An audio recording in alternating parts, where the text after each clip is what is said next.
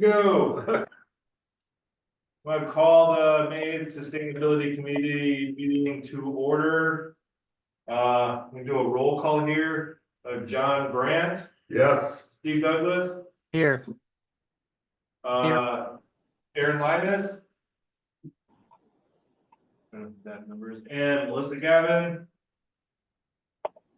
And myself, Mike Pankowski. We have three. We have a quorum. We can go.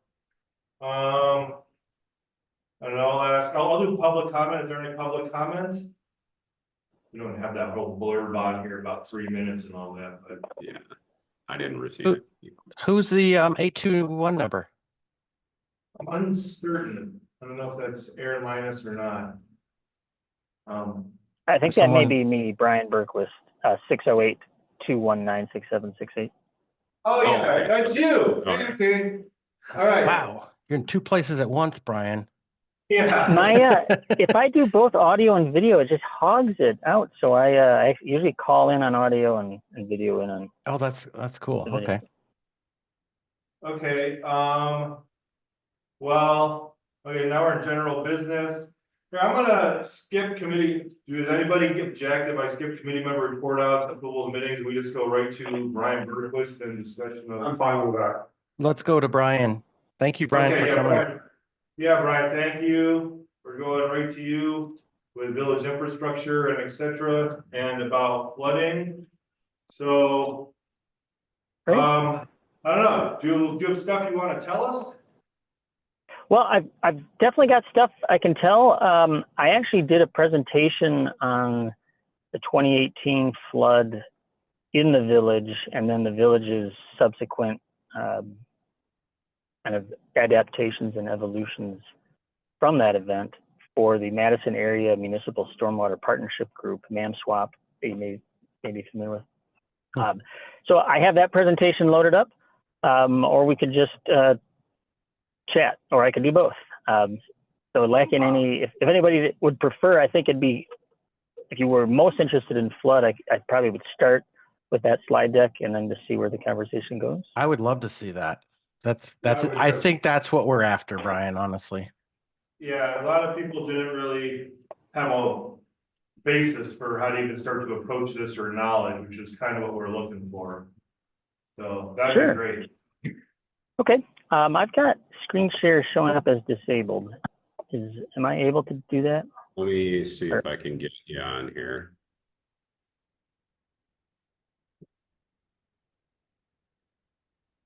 Did that update for you to do it now, Brian? Yes, we're all in. So while I'm pulling this up, just by way of introductions, my name is Brian Berquist. I'm president at Town and Country Engineering, and I work as the primary village engineer for Cross Plains and have for better part of a decade. I have been with Town and Country for almost 20 years and have worked on projects there. My predecessor, Warren Myers, was the primary city and village engineer before then. So you may have heard those names, but yeah, we help the village out with all things street and utility, drinking water wells, sewage treatment, and stormwater management. So the village is a member of the Madison Area Municipal Stormwater Partnership, MAMSWAP. It is a group of communities that are concerned about stormwater, both quality and quantity. It was created in 2005 when the state of Wisconsin created a permitting regimen for communities that are larger than 10,000 people or adjacent to communities larger than 10,000 people to address stormwater quality. So that'd be total suspended solids in your stormwater. Those are very small particulate, 5 micron, which in and of themselves are not bad, but those size particles are what attract and hang on to phosphorus, heavy metals, hydrocarbons, those sorts of things. So if we can capture those 5 micron particles, we can sequester all those nasties from getting in the rivers and lakes. Cross Plains is neither 10,000 people nor adjacent to a large community, but about 4 years ago, the DNR declared that because of the sensitive nature of Black Earth Creek, that Cross Plains should in fact also be a stormwater permittee. So you've been involved in those efforts since then. Not for tonight necessarily, but if you want to talk about it, you do a lot of stormwater quality items, and you always have. You did them before you were required to. So you're fully compliant with your permit, and are doing a nice job, a better job than most, working on stormwater quality. And every quarter they pick on a member to present on something. So we got the short end or the long end of the stick in quarter 4 of 2022. So with that, I'll just dive on in. I'm going to assume no one was around in 2018. I know a lot of you are, maybe all of you were, but just to keep the slide deck intact. So this is the village, obviously. You've got 2 creeks coming together, Brewery and Black Earth Creek, and then a little Brian, further down. I'm not seeing Brian, a I'm share sorry. if we got it. Yeah, I'm not seeing it on screen here. Can you try sharing one more time? Yes, I'm sorry. Let's go. So that went back to the agenda. Yes. Yeah, while we're doing that, actually,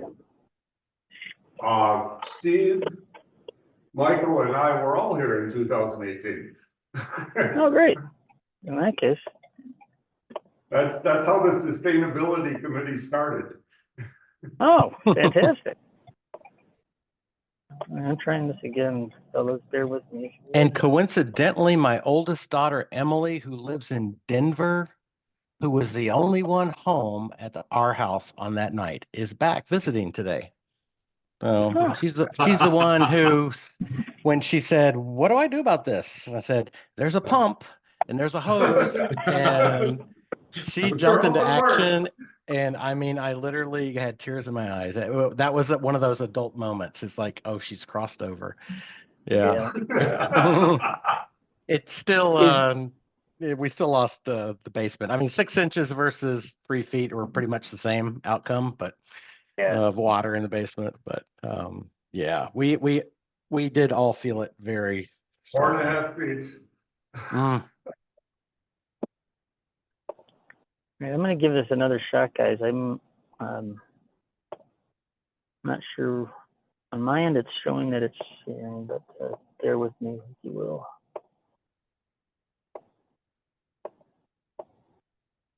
I still see Brian's agenda. The agenda? Yeah. Okay. Nice. I share the whole screen. Okay, now do you see my Oh, here you email? go. It says you're started to share screen. Oop, wait, choose something. I missed it.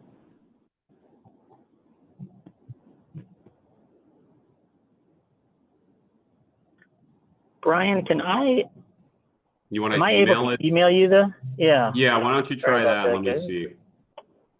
I'm not expecting.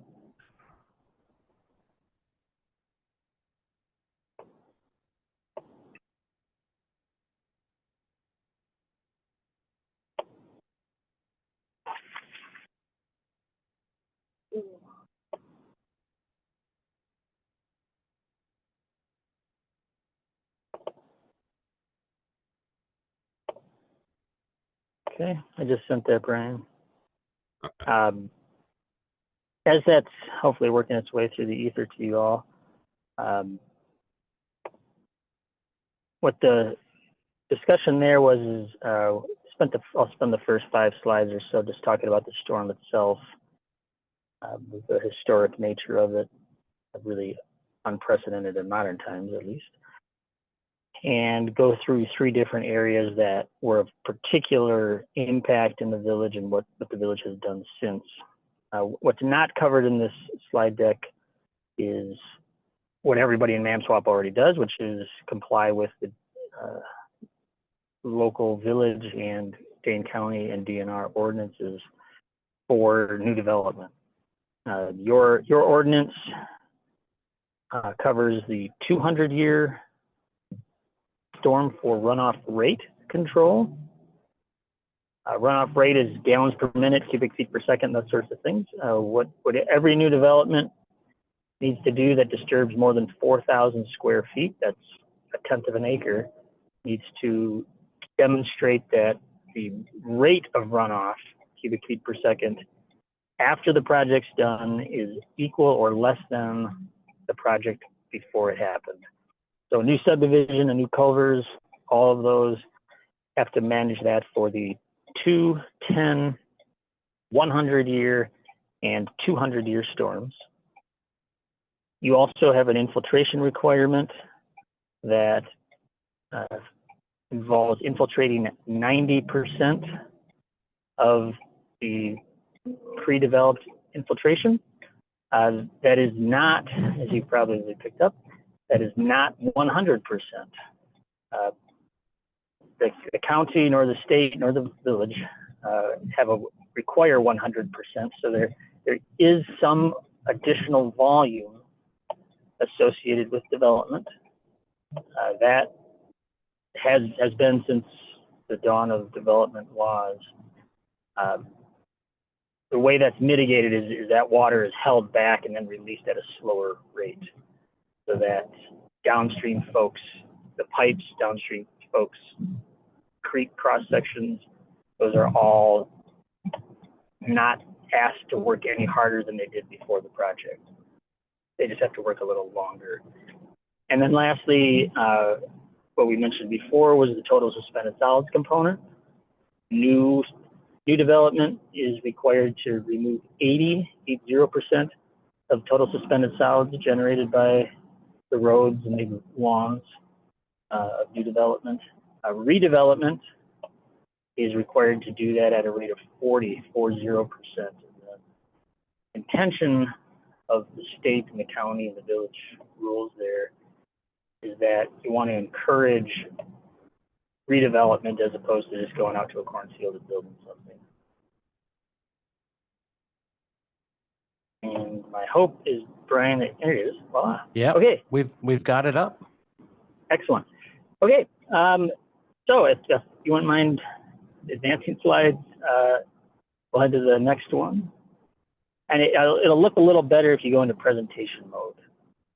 There's some animation in there, which is either hit the F5 key, there we go. Then you can just click spacebar. So where I lost you was Black Earth Creek, you all know about that. If you click again, Brewery Creek will show up, which you all are familiar with. And then hydraulically speaking, Garfoot Creek does have an impact because it adds a lot of water just downstream of the village, so it does create a little bit of a backwater effect. Next slide. So this is the rainfall chart from that evening, and if Cross Plains is not front and center in that dark maroon dot, it's awful close. Some very, very, very intense rainfall levels there. Really just amplified by the fact that this storm sort of just hung out. You know, just kind of parked above Middleton Cross Plains area and everything else that happened.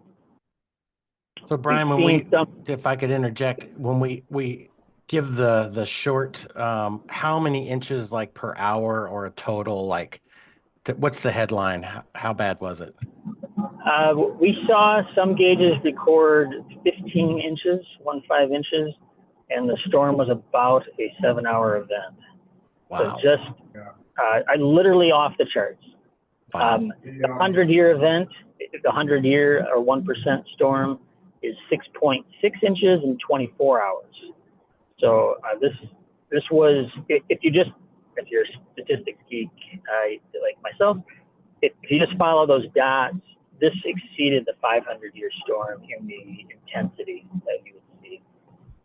Really an awful. The official awful weather event. service was 15.1. Wow.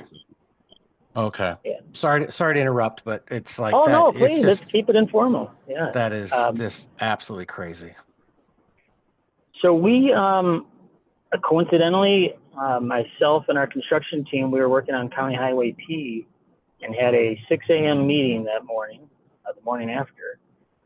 So we were already in town, and we just started trying to document as much as we could, trying to stay out of the way of emergency services. So these next few slides can show you things you may or may not have already seen. This was in the morning, so after the rain had stopped. Water levels were far exceeding what you see in these photos, so you can cycle through those. It's probably old news for you. Yeah, that's coming in from the west on 14. That car was in County P. This is the bridge downstream of the treatment plant. All those construction materials, those floated over from Siemens Lumber. What we then did is we actually went around and surveyed the debris line that next day. So, you know, where all the wood chips and the leaves and the corn stalks had deposited themselves on people's lawns. That's a bit of a three-dimensional line. It was higher upstream elevation than it is downstream.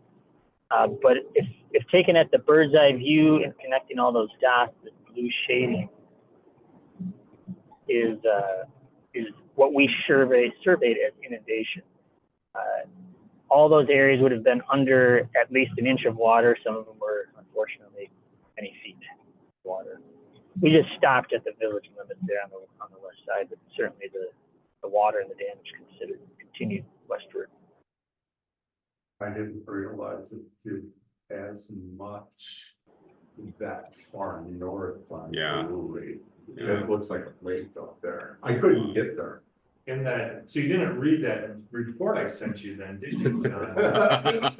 On page 30, I think it said that a firefighter was standing in the road, Highway P, where Brewery Creek goes under up to its waist in water. Yeah. Well, Yeah. no, I didn't read that I'm joking. because if I went out on the sidewalk in front of my house, I was standing up to my knees. I just found it, well, I was in that report, I was looking at it last night, I Yeah. was like, holy moly. Wow. Yeah, it was. I came in on P. All 14 was closed. I came in at P, let's say 5:30 ish, and there was a line. There were several cars that had washed into the field, and there was a line of us waiting for somebody to give it a try. And a truck tiptoed into it, and we saw that it barely got above the rubber on his tires. So just one by one, we all said our prayers and crossed. That's how I was able to get into town. But yeah, I had heard it was several feet on top of so yeah, that's the extent of it. Well, we head to the next slide.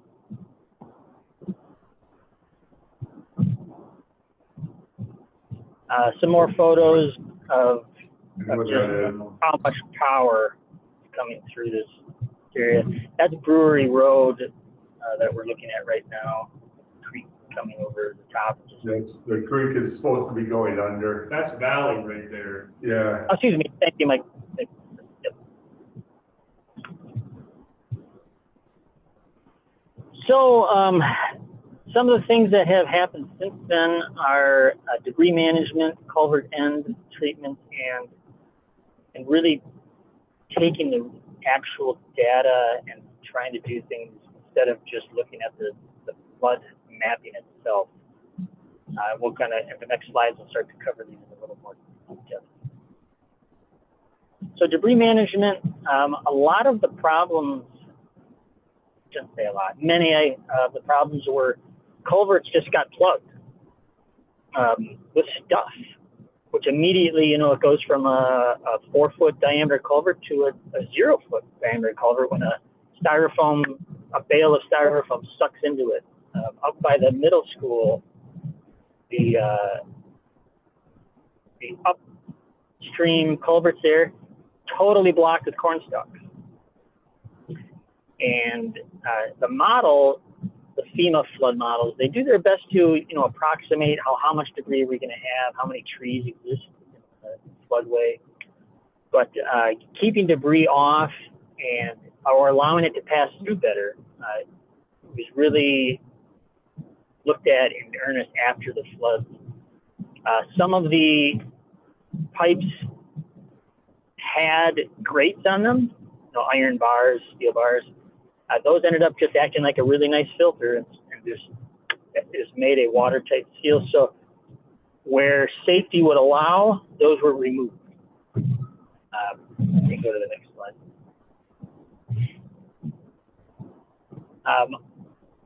Over the next couple clicks, on the left side is the 2017 aerial photo. On the right side is the 2020 aerial photo of the same space.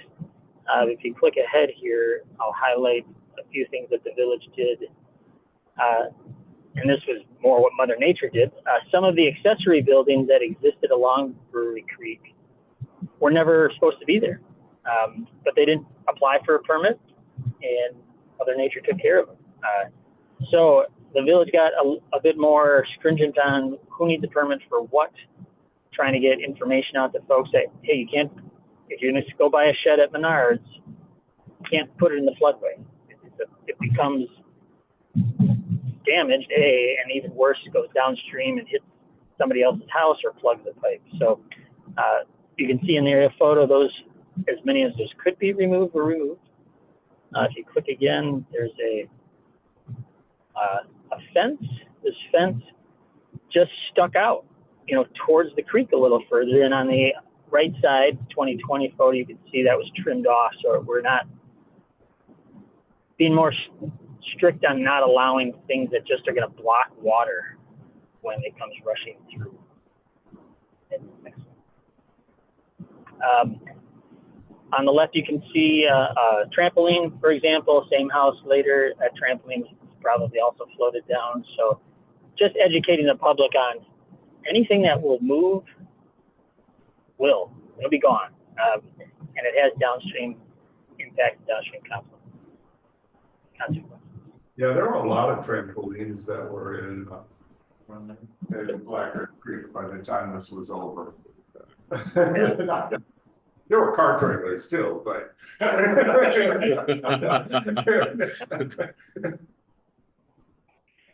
All right, we can now head to the culvert walls. We talked a little bit about grate removal.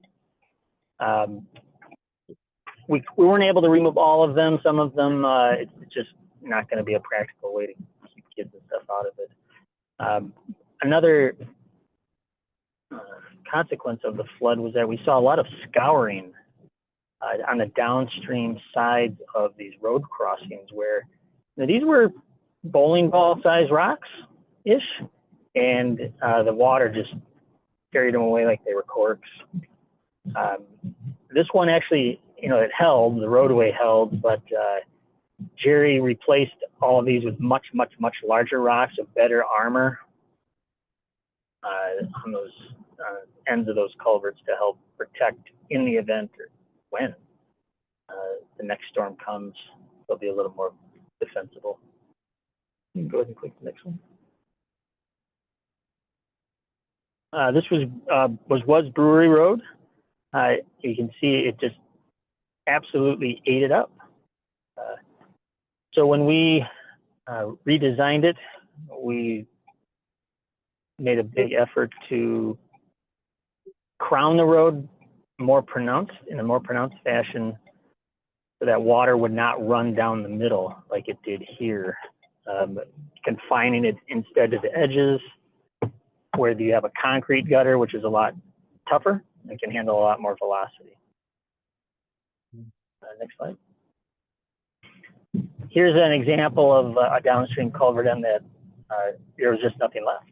All of the rock was gone, and then it started eating away at the roadway as well.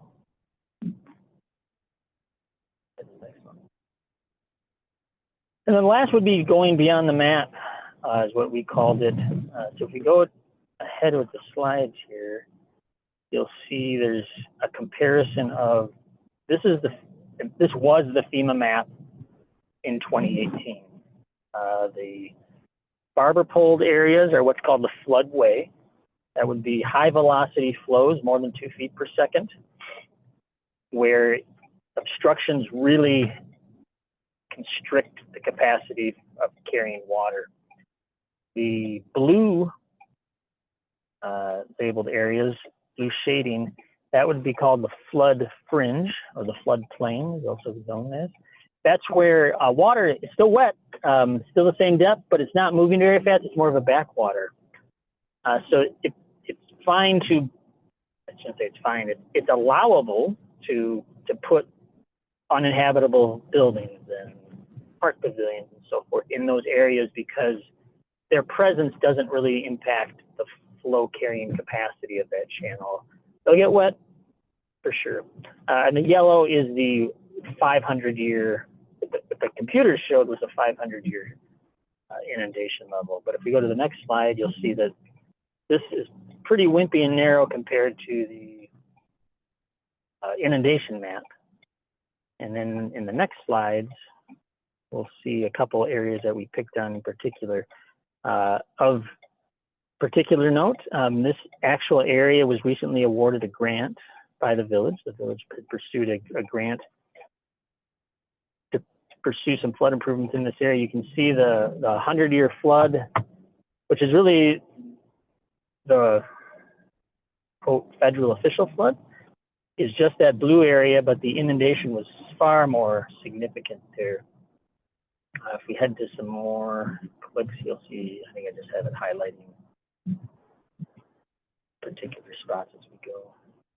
So that's one. If you go to the next slide, you'll see an area over by St. Francis School.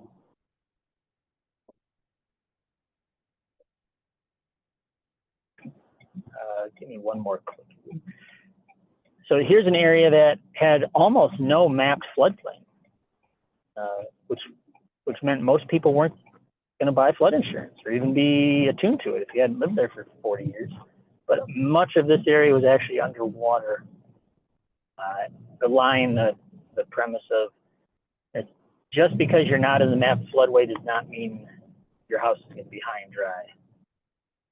And there might be opportunities to, as homes rebuild in the future or new homes arrive, that we can use some of this actual historical inundation data to help inform those decisions instead of just relying on the FEMA maps. I think that wraps it up. So the only other thing I was going to add before turning it over to the discussion is, yeah, the great news is because of this experience, the village had almost immediately begun pursuing flood mitigation, flood management grants, and was recently awarded, I think, close to $500,000. Is that right, Brian? 300,000-ish. Yeah. For replanting and renaturalizing the area immediately upstream of County P on Brewery Creek. So that project literally just kicked off yesterday, and is a direct result of some of these lessons learned and efforts to try to do better.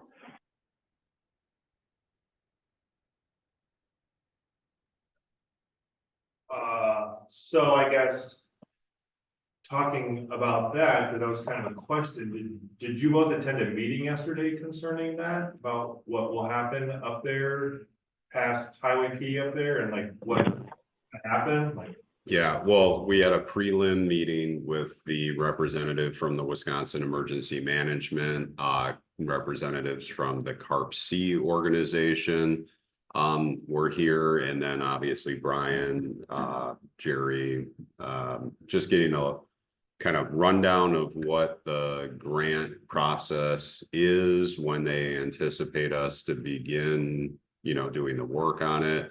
How that whole bid process is going to be handled related to the project and securing the engineers to do the project and everything related to that. So we're hoping, based on when this is going to start, that we have, I think it's a 2-year time frame in which to get the project completed. So we're going to have some conversations in the next weeks here to get a bid product put together and get this out and get the project started as soon as possible. But it is for the 13-acre parcel of land that's just south of the Creek Crossing subdivision that was kind of annotated in the maps that Brian just had as part of his presentation. right, okay, so we don't know exactly what the project is then? Or do we know, like, when you bid for it, was it, this is what we're doing, or do we have options with what can go there? Like, if the village wants to throw in $200,000 to soup it up, is souping it up a possibility? The original application for the original round of funding actually looked at both the 13-acre parcel and I think 4 of the upstream 40-acre parcels owned by I think it's Ziegler's own that. Yeah. It's pretty dang flat. So the idea was, Brewery Road, I keep saying Brewery Road, County P acts like a dam. Right. It's a long levee. It's got a 1 pipe hole in the bottom, and water comes into that field faster than it can leave. So it just acts like a dam. It's not designed as a dam, so it's not really good practice to plan on that as your defense of the downstream areas. So but doesn't that slow down water real good? yes, it does. But at some level, it could just fail, catastrophically wash out. It can do what happened to the railroad embankments, which were just gone.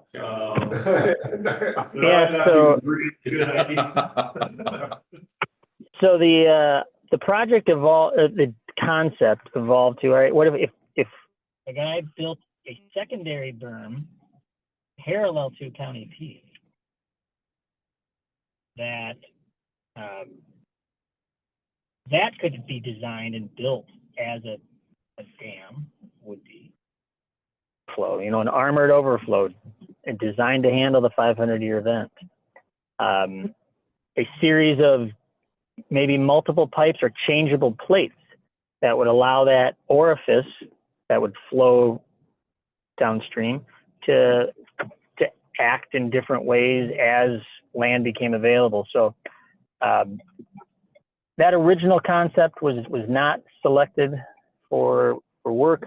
The village had approached the Zieglers about obtaining some flooding easements to do that. They were not interested, or at least not interested at the price the village was able to offer. And so what's being funded right now is a bit of a scaled back version.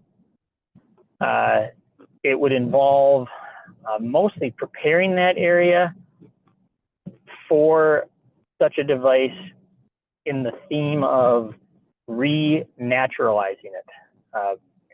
Farmland, while being picturesque and not necessarily as runoffable as apartment buildings, is still very, very, very bad at absorbing water. Just in the math does not work in its favor. There's not a lot of vegetation per square foot, and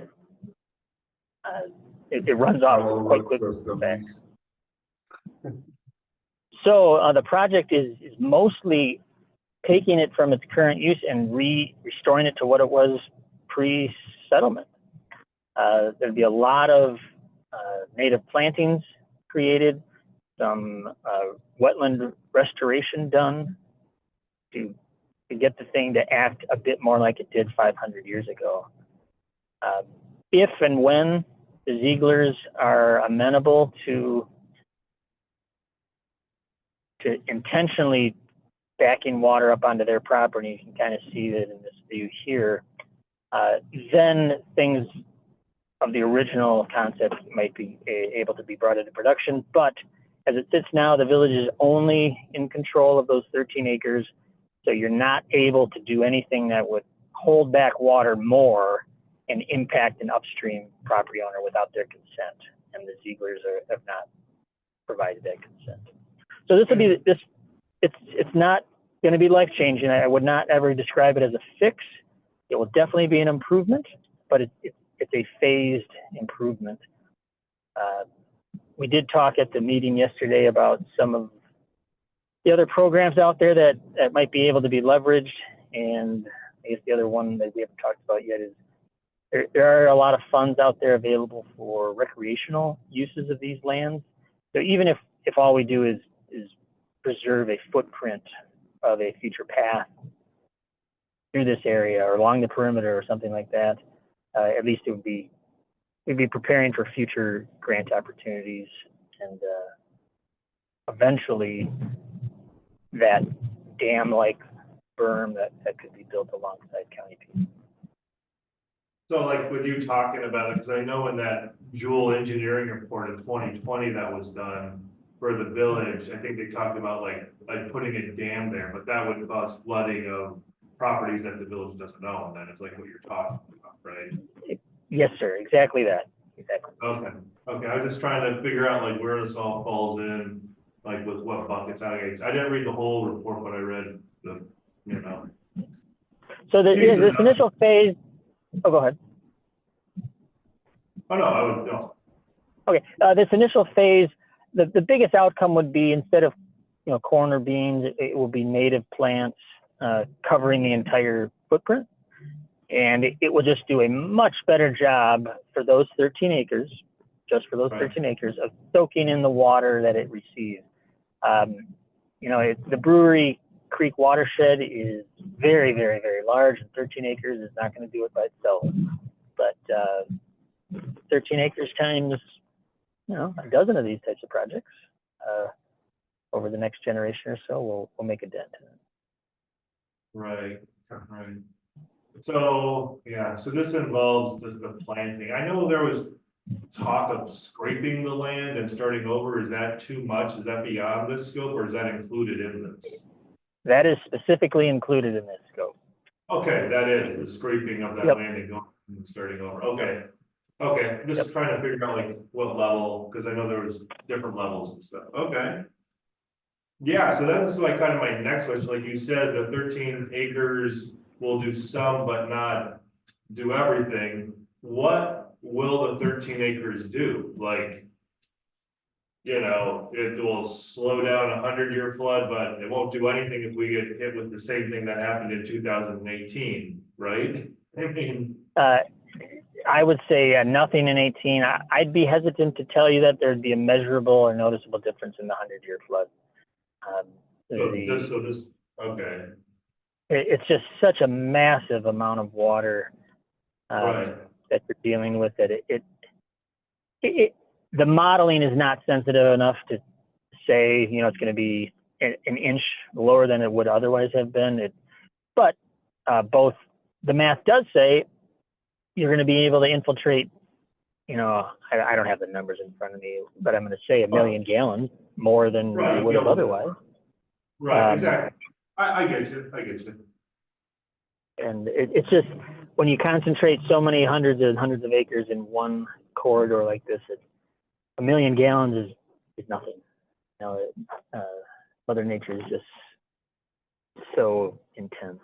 But it's a huge step in the right direction, I would describe it as. Oh, I definitely agree with that. One of the interesting facts from reading that report was, I think on one of the lines, they estimated that with the outflow going at the back of the village, that all the impervious surfaces inside the village, which make up like 5% of the watershed, contributed to 1,000 cubic feet per second at the end. Just 5, really? Yeah, all the impervious surface in the village caused. But it was an estimate, because they weren't sure exactly what the reading was up on Brewery Road, but they were like, we think the village contributed a lot to this. Yeah. Was like what it said. No, it was a sort of a guess, but I don't know if that's right or not. Would you think that was close to correct, Brian? It's probably close. It really kills Cross Plains is this confluence point of Brewery Creek and Black Earth Creek, right down by Culver's and the car dealer. You got 2 bridges that these things are trying to go underneath, which are automatically a man-made constriction. And the way the storm worked, they just hit almost like 2 tidal waves combining. It seemed like the peak flows of Brewery and Black Earth Creek just arrived at that point at about the same time, and it created just a literal traffic jam of water. And that's, the the modeling on something like that would be just super massively intense, and probably so many assumptions is not useful. But that was another outcome, is there was kind of a feeling that it was just the perfect storm. You know, the models assume every raindrop falls at the same time, and then it all comes together based on this perfect rainstorm, which you need to use that as a model, but it was much worse at that location than the models would have predicted, I guess is the answer. Yeah, I mean, I guess in the Mother Nature world, it was a perfect rainstorm. But in the living in the community, it was a very imperfect rainstorm. Yeah. I have a question, because early on, as I saw a presentation probably within like 3 months of the flood.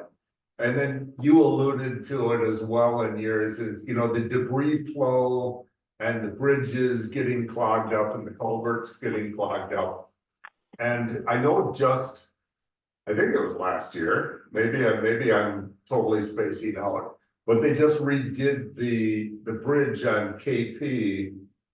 Is it KP or is it Yeah. Market? No, Yeah. it's down there. Yeah. KP, they just Yeah, did KP. Yeah. No, it is Mark, I think it's the same road. Okay, and I was just wondering if that was at least designed to try to let things flow through it. Yes.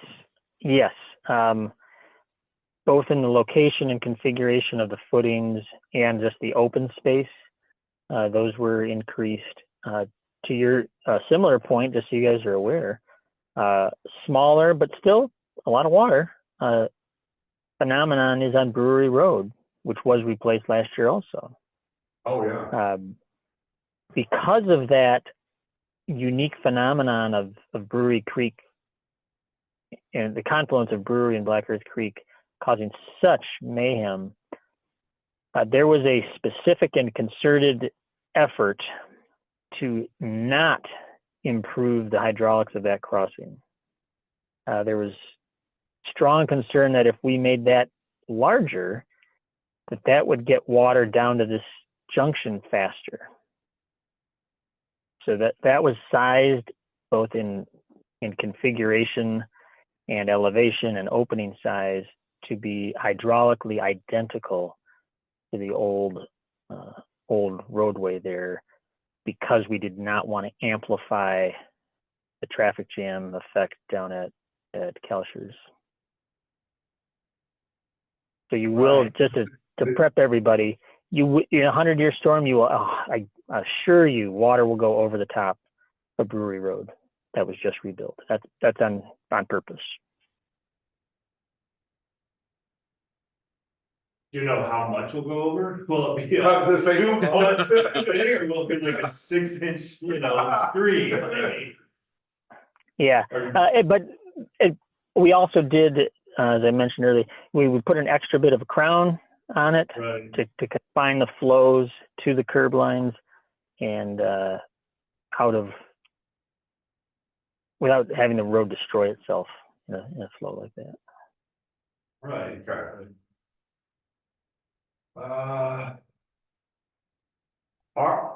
So this is not a specific to Cross Plains. It is a downstream question in Cross Plains, because I mean, I know a lot of those old farm driveway culverts and stuff like that are just, like tiny.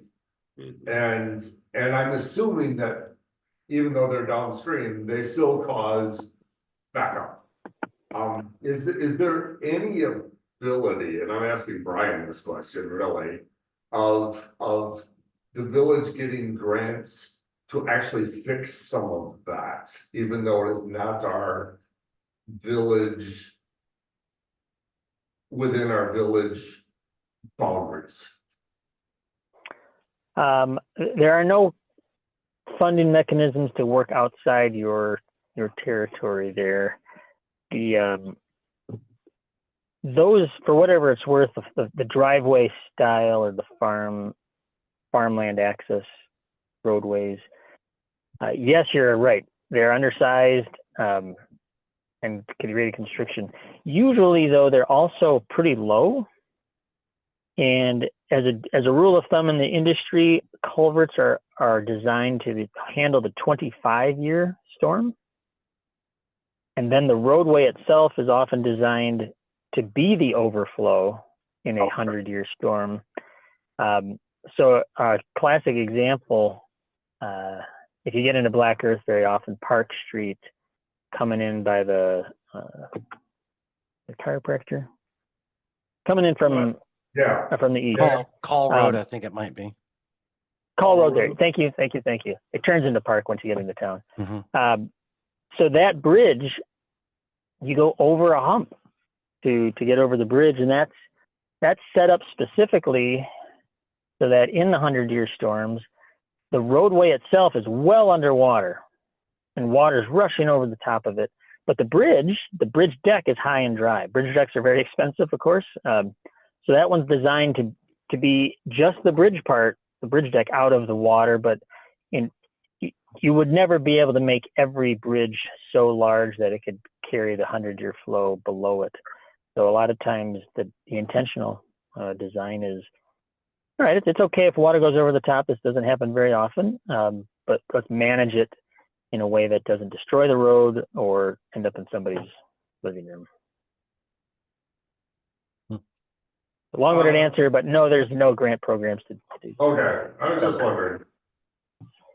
This question was brought up once before, and I don't remember what year flood it is, but like when you redid Brewery Road and you replaced the stormwater sewers, Mhm. you had once said that those stormwater sewers are rated for a 10-year flood or 10-year. 20, is it 10-year? And Yes, that's pretty standard, right? Like for stormwater management next to roads, because you said if you start making them bigger, they can become gigantic, and the diameter like explodes in size. correct. So both, it's expensive, and then it gets to a point of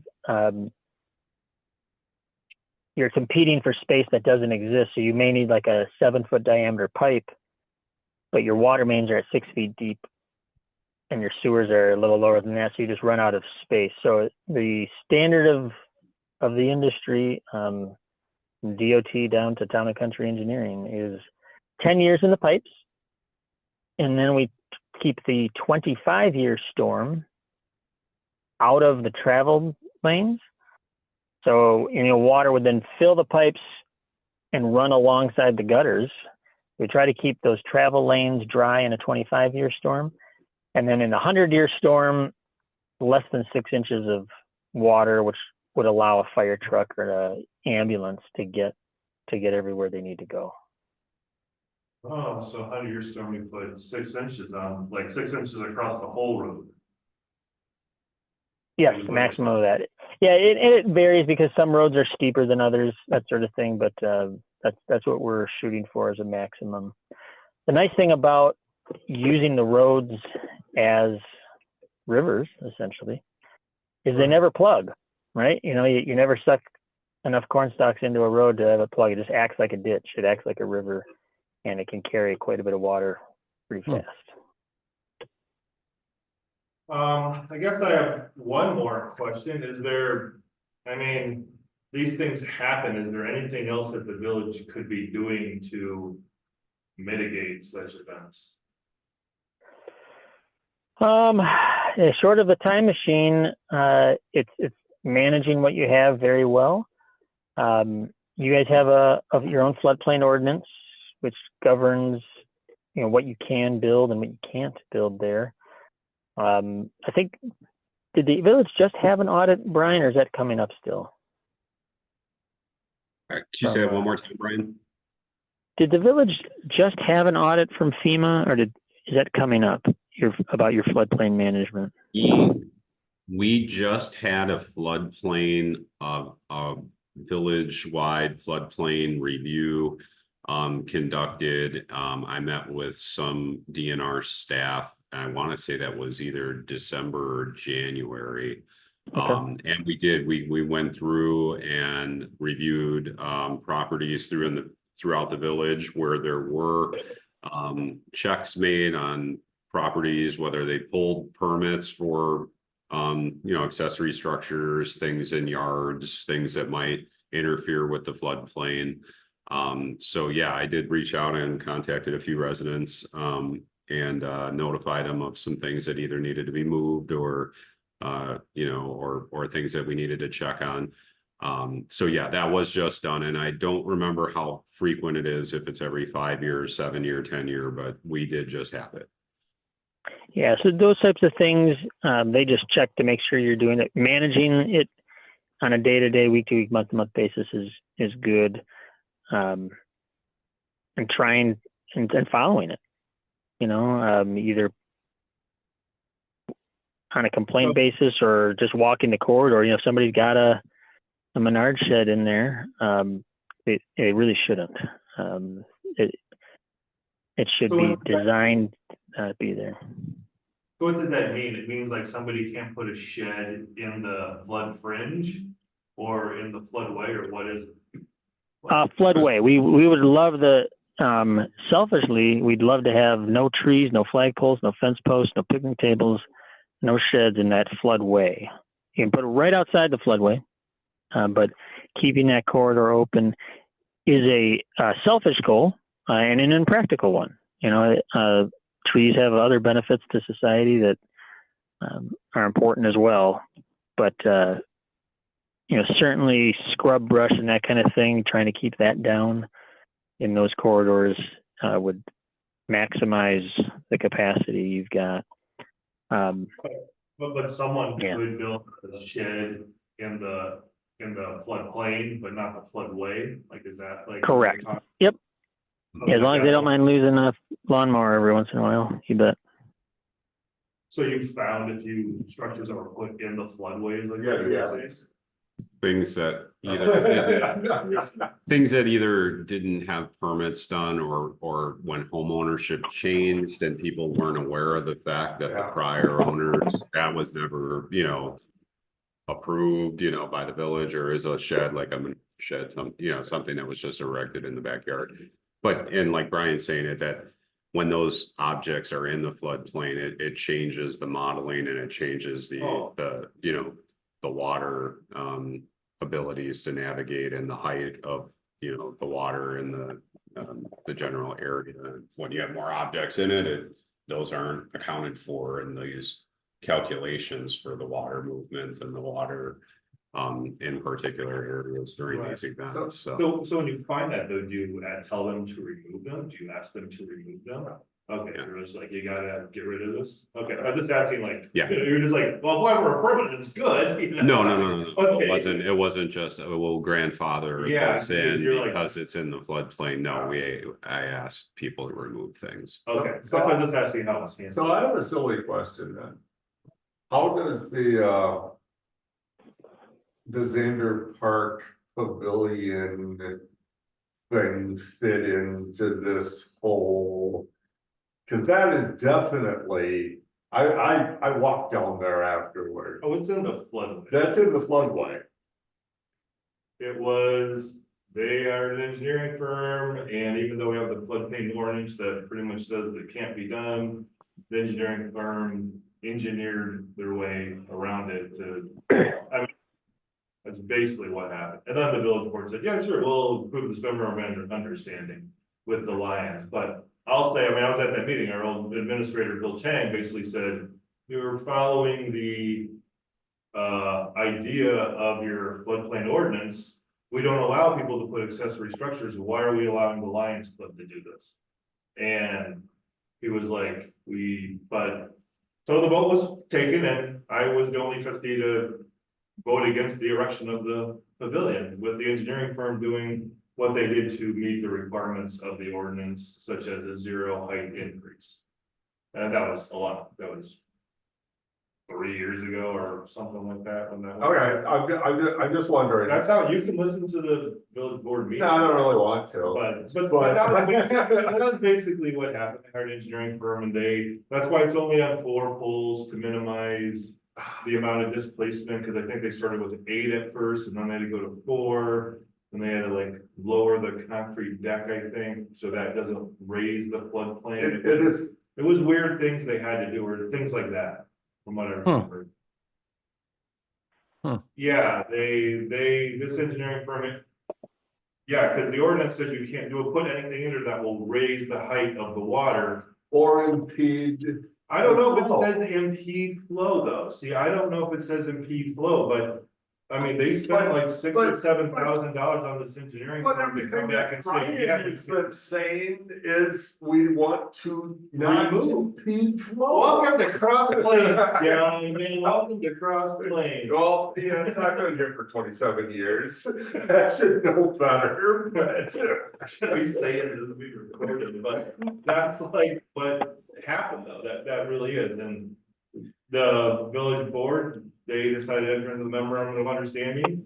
Though, like I said, our previous administrator was like, I think this is what happened, and you had a flood, and this is. And so it was presented, and that's what happened. And I just bought 2 more lottery tickets over the weekend to support that thing. Well. So, Yeah, Brian, question like, sorry, I just want to jump in. I mean, you made a statement caught my ear earlier, like, good question, Michael. What else can we be doing? And Brian, you said essentially maximizing sort of what we have in place. Is there room to stretch for grants or, some support? Like, if there was some blue sky thinking going on, given this footprint, which we have is super unique, is there some big infrastructure thing that we could do that would like make a dramatic difference for these kind of events? To make dramatic differences, there's been a lot of smart people that have looked at it, particularly post 2018. With some creative ideas, up like just as an example, Black Earth Creek flows north underneath Highway 14 and then curls around and flows south under Highway 14 in a fairly short stretch. There was discussion on, well, what if we just short circuit that? Get rid of both of those crossings and run it. That's on the far west side of town. And what they're finding is that this basin is very flashy, I'll call it, in the industry, where even massive projects like that, $20 million of earthwork, just aren't really moving the needle, for lowering certainly the 500-year flood needle, lowering that like 6 feet. That's why the upstream work has been pursued as probably the most effective use of $1 million, particularly in the Ziegler area. So I guess another thing to do is say that name over and over and over again at Trout Days and everywhere else, that as that family ages out of farming, perhaps, that they consider working with the village and not necessarily with Viridian or whatever, to keep that open and allow for some significant storage up there. That'd be another. If you had $20 million, it'd be nice to buy that farm. Mm-hmm. And that's the kind of thing I think is helpful for us to hear when you've got lots of options upstream, downstream, whatever. I mean, to say, look in that direction. That's kind of where you could get your most bang for your buck. That's super helpful to hear. And if that were to happen, probably what would be recommended is more of what is going to be happening now with the 13 acres, restoring to natural sort of geology and planting and that kind of thing. So sort of build that sponge. Build a sponge and then also turn it into a bit of a reservoir. Not 12 months a year reservoir, but in a big rain, that's where we're going to store, not 1 million gallons, 10 billion gallons of water, a real meaningful number up in that area behind an engineered berm that can handle those hydrostatic forces, behind a berm that can handle overtopping without washing out and that kind of thing. That would have been a real, as awful as 2018 was, had County P washed out and breached, the next day while there was still water flowing over the top, that would have been just another awful. That would have been a disaster. Hmm. I mean, it was a disaster, but that would have been Catastrophic. catastrophic. That brewery road and the houses along it would have just been wiped out. So Brian, with like what you were just saying, like how we're up there looking at the Ziegler and how wide that floodplain gets up there. If you look south at the village, like behind the Quick Trip where there's that other really large blue wide puddle that the railroad track goes through. I mean, would that be an area for like said water retention, or is it difficult since there's a railroad track right through the middle of it? And that's exactly it.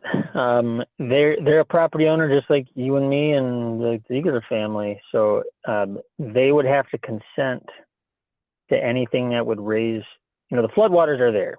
Everybody knows the floodwaters are there, but to raise them, literally the standard is 1/100th of an inch or a foot. 1/100th of a foot, which is about 1/8 of an inch. If the computer shows you've raised the water more than 1/8 of an inch, you need consent of that all the property owners impacted, and the railroad just does. That's not their priority. They're they're never going to agree to anything like that. Is like what you're saying.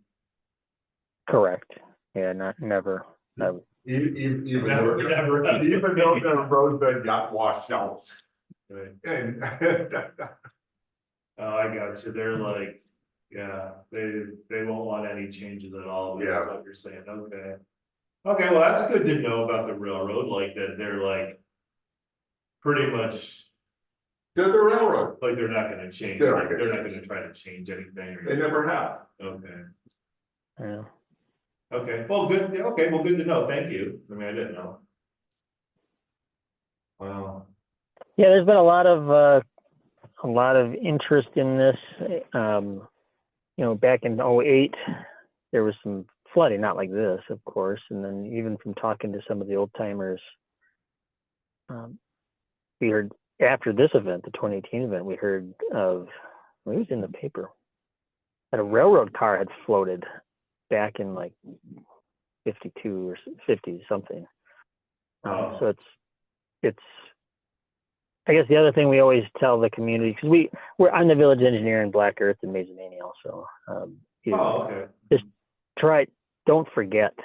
It's just easy to, another cycle of residents or elected officials, and it's just out of sight, out of mind, So just keeping some positive pressure on it with a committee like this is a great idea.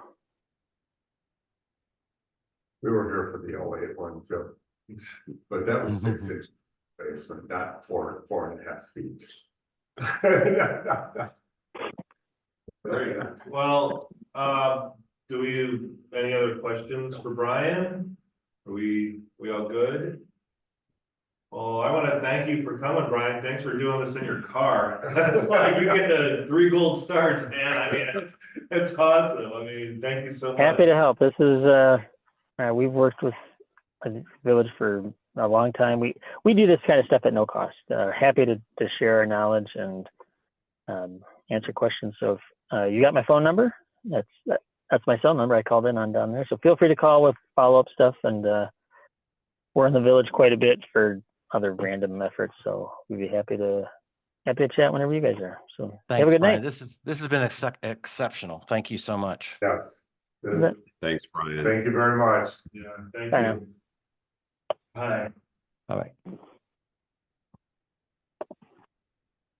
Hey, man, that was Wow. It was awesome, that's Okay. crazy. I don't know, I have a slight takeaway from that, that makes me a little depressed. What's that? Let's work out your depression, John. Okay, that if we hit 100-year flood. We're still gonna have issues. If we get another 500 or 1,000. Nothing that we have done Yeah, it's is gonna change anything. basically, like I said, I didn't read the whole report, I made it to like page 30 or right around there. Yeah, And it basically said that in like their modeling, that if you took away Brewery Creek, like there wasn't any water coming down there. There was so much water coming down Black Earth Creek that it would have flooded up to Valley Street anyway. yeah, Like, it would have just gotten like, all that water would have gone up. I don't know, if flooded, but it would have been filled all the way, because it just goes behind all those houses. It would have been that high anyway. And then you add all that water coming down, and even in that report, like there, because the gauge up on Brewery Road, like it stopped working, so they couldn't oh, measure. it probably got destroyed. Well, no, but see, the one behind the wastewater treatment plant worked, and the one behind the Quick Trip or whatever, or the one at that intersection, so those they had the measurements on, that's why down at the water, like up behind Quick Trip, it was like 1,000 cubic feet or 1,200 cubic feet per second, but by the time it made it To the to the plant. water treatment plant, it was like 2,500 cubic feet that it had. So it was like, how much actually came in from Brewery? Yeah, How much of that was not just coming from the valley, but adding from the village, like right, all those other neighborhoods up there filling into Brewery, because. I mean, but then he's saying like farmland doesn't catch water very Nope. well, so is that basically like? When you have a farm field, like, I don't know, that would have been a good question for him, what's the difference in terms of like water retention in a farm field versus a residential neighborhood? Cause well, inside their models, they use these that, coefficients of absorption. that's why everybody talks about turf grass. Which is essentially farm field versus, natural plantings. Turf grass, roots go that far down. Like Mr. Kentucky bluegrass or something? Yes, where, you go up on Hickory Hill and the things that they have, those things have 4-foot Roots? roots that are going down. So how And does that so help with water, so that just means the water The gets water gets sucked deeper, in. gets sucked in? Oh, I guess if you can suck it 4 feet down versus just 6 inches, you're gonna get a lot more. Yes. A lot more water in there. Oh, so. Oh, okay. Yeah, see, but I mean, I'm just trying to put it like with how this report talked, because you could tell they were kind of really guessing, because the Brewery Road Right, meter like went out. And they were like, but so then they start making these like assumptions, like if that firefighter was really waist deep on Brewery Road, there was at least 1,000 gallons or 1,500 gallons or cubic feet per second coming down. Looking at the damage, they were like, yeah, it was way more than what they gauge like stopped the work at. It's like basically what they say in the report, which made it kind of, yeah. So, yeah, I agree with you though, like reading that report, because how he talked about them putting that culvert or whatever you call it, like down by the wastewater treatment, so the plant doesn't go under 14 on the Right. west end of town. And so in the report, there's actually a model of that, and it shows, oh, if we hook this up. And this is the difference in height levels of water that we would see at these different points. right. It was like right next to the wastewater treatment plant, you would see like a reduction of 1 foot, but that's because the thing is like right next to it. Yeah. But if you went further up to like that bridge in Xander, I think it was The like, first bridge? no, the railroad bridge in Oh, Xander, okay. like where it goes under the railroad bridge and then, well, now it's a new bridge though, and then the one they rebuilt, like. The one that's behind the apartment. The apartment building, yeah, I think that's the furthest up it went, like it did like different points of, like in the modeling, if you put that culvert thing through there. How about that railroad bridge, and like spending all that money putting that thing, and it would have dropped the level by 1 inch. Yeah, I mean, it was like, there was just so much water, it and didn't like, matter. and by that other bridge, it was like 3 inches down, I'm like, well, geez, there's so much water, I mean, I guess 3 inches matters if it's about ready to go into your basement and flood you or not, but it was like weird, it was like, I mean, up on these other different places, I was like, man, this is like, this much of it, So, I mean, I was like 1 inch and you're that far away, I mean, because it's moving all that water, but there's just so much Yeah. water. I mean, I guess when you start talking like that, but it's interesting to hear though, that if you build something and it raises the floodplain more than 1/8 of an inch, like that's like national standard. These guys, then the property owners have. You have to be notified about it, which is why like our floodplain ordinance actually lowers that to 0. Like, but whether or not, again, if it's followed or not. Or whatever. Or however, whatever.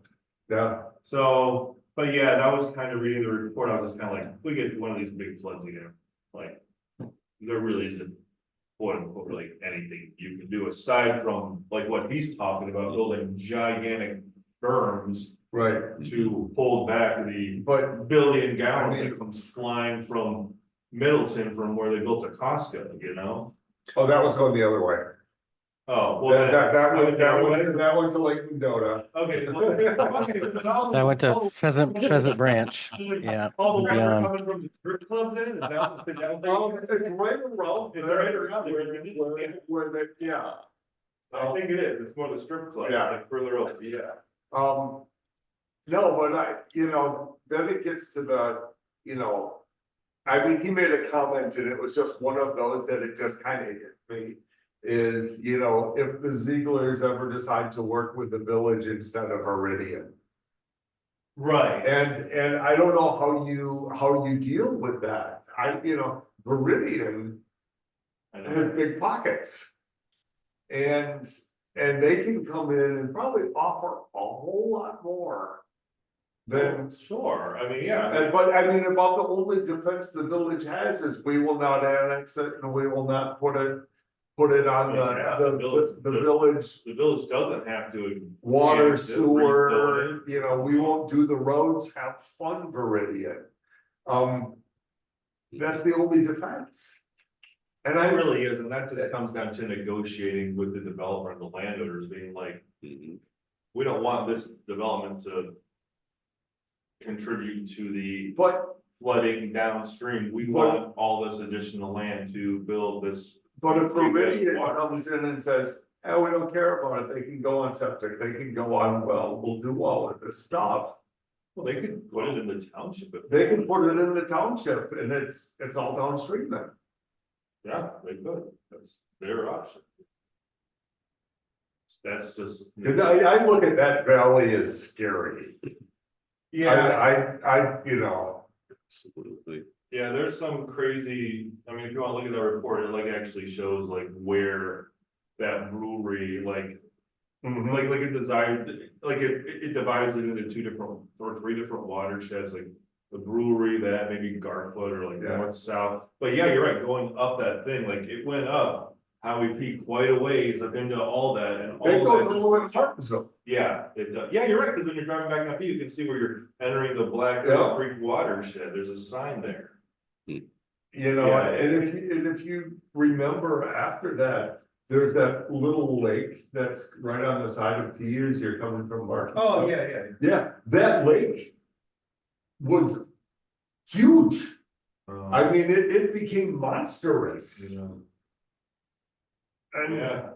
Well, the one thing that they did mention at our meeting with the Wisconsin Emergency Management was that this grant that we received approval on is the first flood mitigation grant that has been awarded in the state of Wisconsin through this program.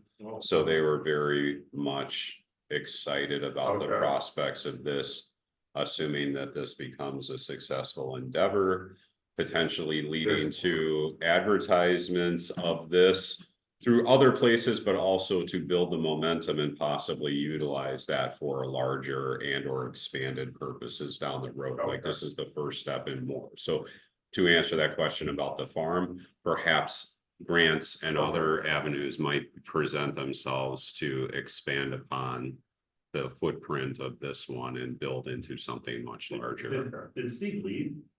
I think he might have just shut his video off. No, I'm here. Oh, Yeah, okay, yeah, okay. okay. Oh, so you're basically telling us that we can't screw it up, huh? No Should pressure. we ruin it for everybody else? Cross planes. did such a great job, we're discontinuing the program. Something, so. Okay, is there any other, any other discussion on this? Does this kind of answer village flooding questions, guys, it pertains to like. Yeah. It did, and I added a few notes to our sustainability plan, just comments in one of the columns. I just thought there was some really great stuff in there.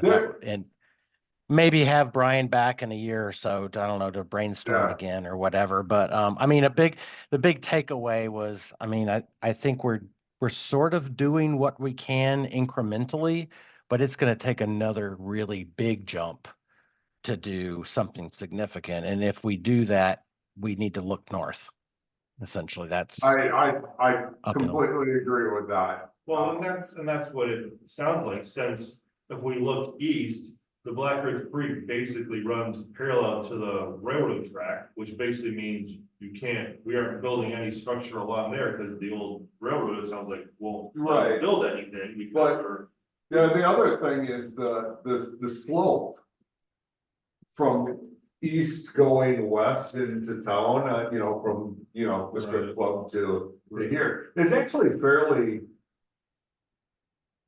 Well, Okay. level is what I'm looking It for. looked like you were doing level, but you were. So it's not going to be the rushing torrent Right, that quite honestly you get as you're coming from Martinsville down that valley, right.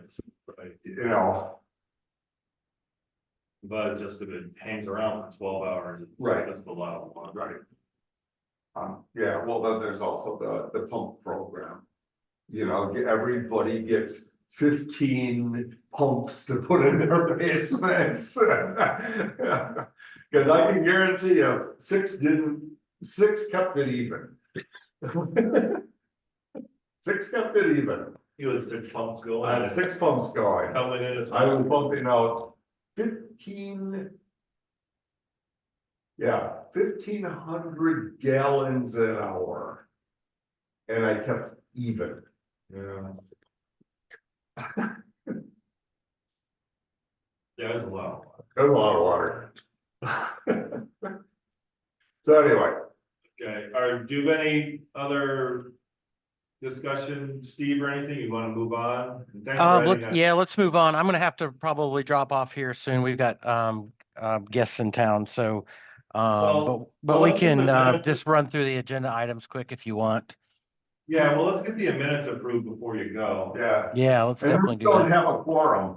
Yeah. Yeah, if you leave, we don't have a quorum. Oh yeah, let's So- do that. Okay, so we're on committee member report outs and updates. Does anybody have anything? Nope. I will, real quick, concerning that focus on energy audit that we were involved in. Oh, yes. I have to enter in one more row of information. I did 5 of the 6. And that shouldn't take me too long. I just didn't do it because I'd already done like 4 of them that night.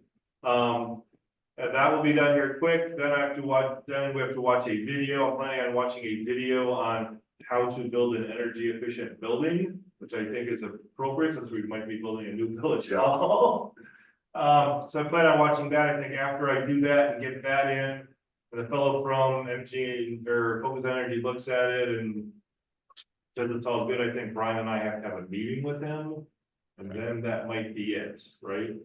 That kind of all we have to do then? I don't remember I off the think- top of my head. on I that think one. that's all we have to do, so that is getting close, but we need to have that done by June 30th, I think. So we're gonna have to be having a meeting with this guy within the next month and a half, right? So, Hey, Yeah. Michael, is that a item on our sustainability plan or whatever? I mean, that's a significant amount of work there for we have a focus on energy line item, but I think that's just for like, LED lights and stuff. But what you're doing is way bigger than that.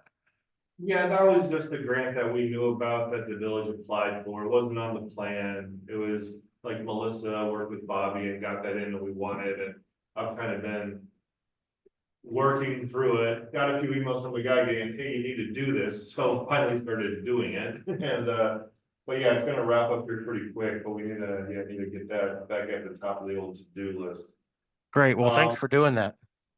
Yeah, no problem. I'm trying to think any other updates, I don't know. don't know, I kind of, all I'll say was interesting going through a bunch of the MG&E bills. I've actually put every single property in the village into a giant spreadsheet, so I might bring back like some graphs showing energy uses of Okay. different properties and stuff like that. I mean, I did every single thing. It's easier to take a bill, enter into this giant spreadsheet, and then from the spreadsheet, I just can go straight across and enter all the information rather than opening and closing a million bills as I would do it once per month. So it kind of gives us an interesting thing. I might have even found, I'm not 100% sure, but yeah, I might have found a meter in the village that the village has been being billed for 4 years that hasn't had any electricity run through it in 4 years. Yeah, I'm like looking back, I'm like, I know for the last 3 years, it's been sitting at 0, and we just been paying the $25 a month for it. I'm like, To hook it up. I don't think that this meter is there, but I mean, if it's there, I don't know what it's being used for, so it's just a question. Unless, I don't know, it's a question that I have for staff is all I'm saying, and I might contact your MG&E rep. I am gonna contact the MG&E rep about it, because he'll tell me, like, through their GIS mapping, like where it is, Okay. and he'll let me know, like, yeah, it isn't even on our map, and we'll just go from there. Okay, so now we are on, any other updates or anything? Okay, we have a discussion of possible approval of the March 13th, 2023 Sustainability Committee meeting minutes. Do I have a motion for approval? I'll make a motion to approve. Steve will second that motion. We have a motion and a second to approve the Sustainability Committee meetings. Is there any discussion concerning them? Hearing no discussion, all those in favor of approving the minutes, say aye. Got it. Aye. All those opposed, nay. The minutes are approved. We had the speaker, discussion of possible action on sustainability plan implementation. I don't know, are you guys still meeting in your small little committee? We have not been a while. Kind of try to do some of the things you were doing on your plan or whatever? We had that meeting, I mean, the engineer was part of that. We need to get back together. Okay. I would say So- having the engineer come was actually a big part of that. Honestly, Yeah, it was a and huge I have part of that, added because the then we can notes. look at other things. Definitely. So we do need to Because you get back guys together. were a bunch of other stuff like involved in that, right? Like, I mean, it wasn't just flooding, it was like energy efficiency. It was, but Uh, you know, I think we can go back in now and we can focus on, Some other stuff. yeah. Yeah, also, what I forgot to say, this kind of deals with the plan. I know that there is a tree. Ryan Mooney here has sent me a link to a tree grant program possibility of there being some money for some trees. But that needs to be in, is that end of May? I think so. End of May. Yeah, it's getting close. Maybe this is gonna happen. I need to look at that this weekend. Contact Mike Axon for Parks and Rec as he did, but he never got a response. The thing was, if we get some of these trees, Trout Unlimited said they plant them in Xander free of charge, we just have to kind of get them. Okay. So that's kind of on my to-do list thing, so I was gonna look at that. I don't know, does anybody have any? Are we allowed to plant trees in the flood zone? They're putting up pavilions, we can plant trees. Yeah, they have it. What do you mean they, the village, I'm part of the village. If we're putting up pavilions, we can put up trees. How's that? It's all a we, it's not a them, us. Yeah, yes, it is an us. It isn't us, it's an us. So, I don't know, then I also got an email, sorry, I'm going on about trees, but I got an email today. There was something about the Dane County tree canopy email that I got today that it talks about, it's like at the end of May, mid-June. Some fella in some municipality has planted, like it said, a lot of trees, like over 500 at no cost to the municipality. He's gonna talk about how he gets these trees and how. Yeah, it was a crazy email I got today from like, it's part of I think it's part of that CARC green infrastructure. I think tree canopy is one of their things, and I think it was associated with that.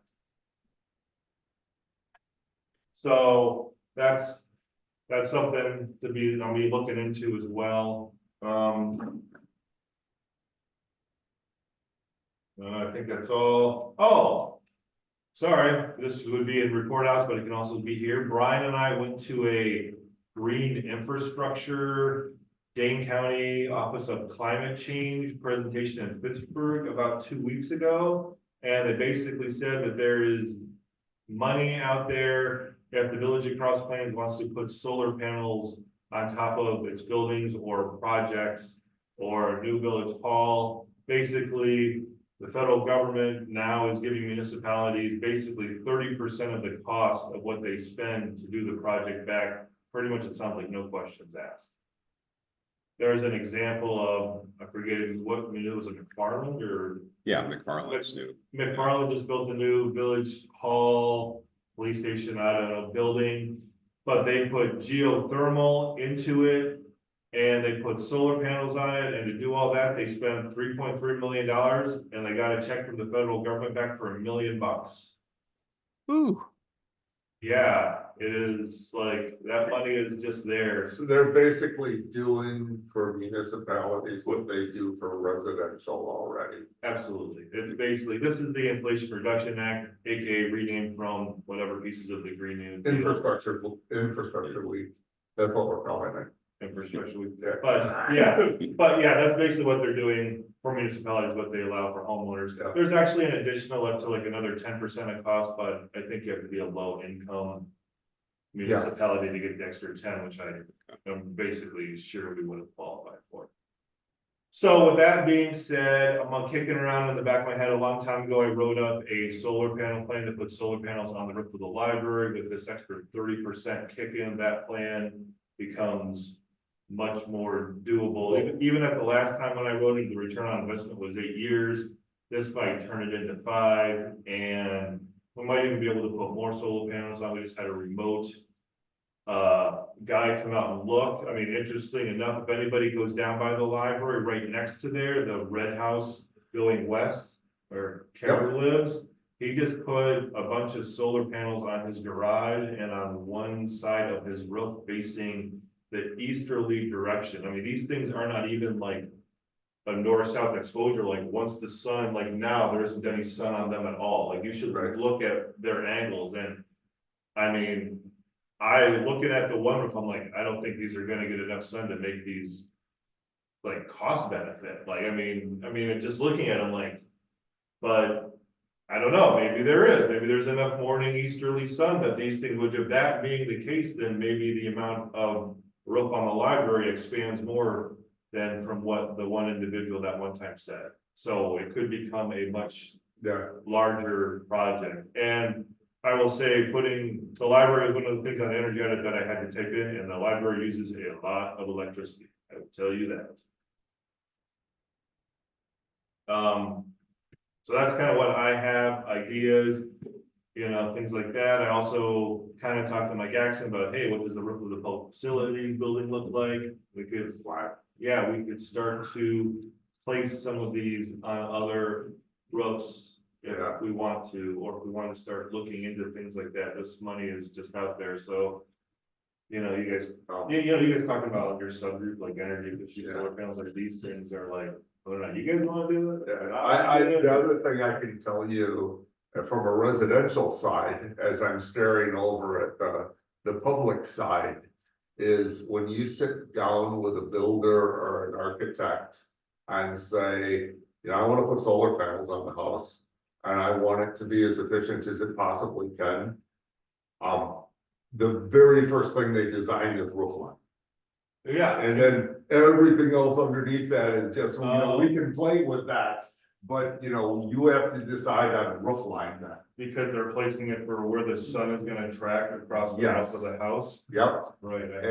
And so, you know, as that is happening, as that is happening, you can very easily say, you know, here's where the lot is, and that's south. Oh, against that building. Yes, you know, and this is what we want to do. And they will do it. Looking at all these buildings, they all kind of have relatively flat roofs, and I think if we Hopefully it'll be an east to west building since the roads like that, it's gonna be, hopefully it's not some. I don't know, it's gonna be a sideways building, that'd be weird. Okay, I'm sure those are other things for discussion, but they're definitely things to keep in mind. That's all we got. Then we talked about wrap up next time, so kind of went through any future agenda items. No, but let me think about that. We have to, Steve left, so we don't have to. See, but we can't even close the meeting. Well, I'm going to anyway.